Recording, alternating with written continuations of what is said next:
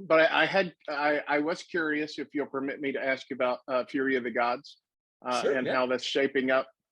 What can we look forward to out of it? I know so much of it's under wraps, but any nuggets that you can share? Not at all.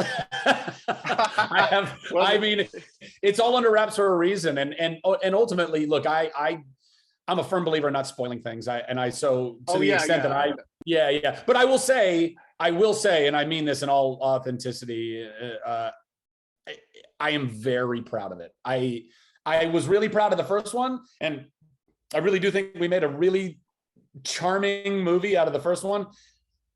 And now we had more time and more budget, and we're established characters within our own world and outside of that, and Helen Mirren and Lucy Liu coming in as baddies, and I mean, dude, it's a real good movie. Everyone at Warner Brothers is very excited about it. Everyone at DC is excited about it. I mean, so excited that we were supposed to come out next June, and now we're a Christmas movie this year. So I think that says it all. Everyone's very pumped about the possibility of it. I think the only thing we got to worry about is that we're going to be battling Avatar. So Right, as yeah. long as we can take down the blue Navi, then we'll be styling, I think.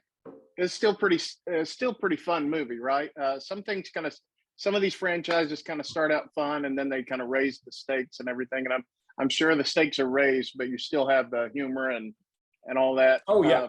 Yeah. No, it's the pedigree. It's part of our DNA. Shazam only works.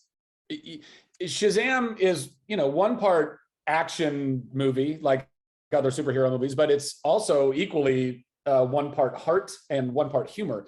So if you take any of those three things away, we're not really Shazam anymore. And I honestly, it doesn't shock me at all. It is not lost on me that God saw fit to bless me with this role of this child who couldn't grow up, this man child, but that loves that has heart and has humor. I mean, it's what I've done in almost all of my roles, and I love doing it. And it separates it from the rest of the pack. We're a different, certainly within the DC universe. I think that there might be some similarity within the Marvel universe to certain tones of those movies, but I think that, I'm just so grateful. It's such a great role. And this movie, I think people will really enjoy. I can't wait for everybody to see it. I feel like Shazam. Now I'm a DC fan all the way, so I've never thought they skipped a beat. But most people attribute to DC's winning streak to starting really with Shazam. I'm sure you know that, but everybody was like, look, maybe within some modern parlance of right, that, yeah. but like DC was kicking Marvel's butt a long time ago. I mean, Superman was the first. Christopher Reeves, Donner, Superman. Yeah. That's where it started. Then Tim Burton and Michael Keaton. Then you get into the Christopher Nolan Batmans with Bale.